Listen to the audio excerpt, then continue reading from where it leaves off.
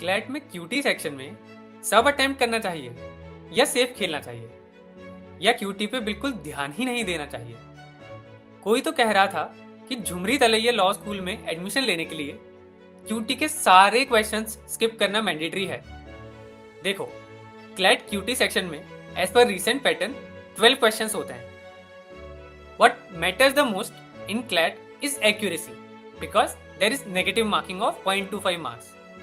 So if paper is moderate, so you can look for attempting 8 to 10 questions with more than 90% accuracy.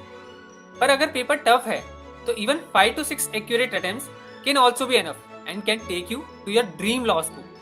So just practice more and more mocks and keep a target score in mind basis different difficulty levels. सारे attempt करके भी hero बनने की जरूरत नहीं है, क्योंकि CLAT takes you to a law school, not Bollywood.